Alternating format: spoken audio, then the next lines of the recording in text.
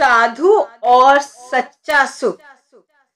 साधु की संगति द्वारा जीव को यमदूतों से छुटकारा मिल जाता है, दुर्मति और पापों की मैल दूर हो जाती है और उस पर प्रभु भक्ति का गहरा रंग चढ़ जाता है। साधु जनों की संगति में ही परमार्थ फूलता फलता है। साधु की संगति यानी साधु की शरण में उसके उपदेश पर चलने से आधि भौतिक, आधि दैविक तथा आध्यात्मिक तीनों तापों का नाश हो जाता है। आशा तृष्णा की अग्नि शांत हो जाती है और मन में सच्ची शांति आ जाती है।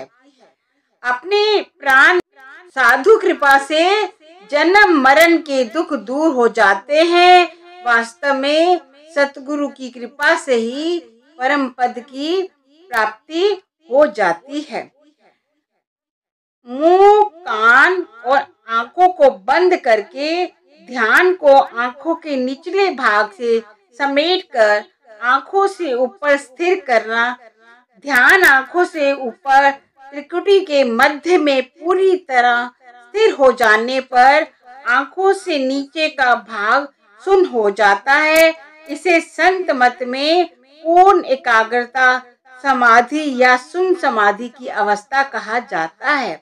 इस अवस्था में ध्यान स्वतः ही अंतर में निरंतर हो रही अनहद शब्द की ध्वनि में लीन हो जाता है। जिस भाग्यशाली जीव को ये उत्तम अवस्था प्राप्त हो जाती है, वह दिन रात और समय स्थान की सीमा से ऊपर उठ जाता है। सच्चा सुख ग्रंथ शास्त्रों के अध्ययन और उनके वाद विवाद में नहीं है। ना भूखे रहने में सुख है, ना पेट भरकर खाने में, ना जीवन में सुख है और ना मृत्यु में। सच्चा सुख उसी साधु को प्राप्त होता है जो शून्य समाधि की अवस्था प्राप्त करके नित्य अपने अंतर में विचरण करता है। जिसके मन में संसार की आशा तृष्णा समाई हुई है, वे अज्ञानी दुख की मूरत है। संसार में निर्धन ही नहीं, धनवान भी दुखी है। स्त्री संतान व राजपूत पाट का सुख अस्थाई है। केवल साधु को सहज सुख प्राप्त होता है, क्योंकि उसका तृष्णा रूपी रोग खत्म हो जाता है और उसे अपने अंतर में अनुपम प्रभु का बोध हो जाता है।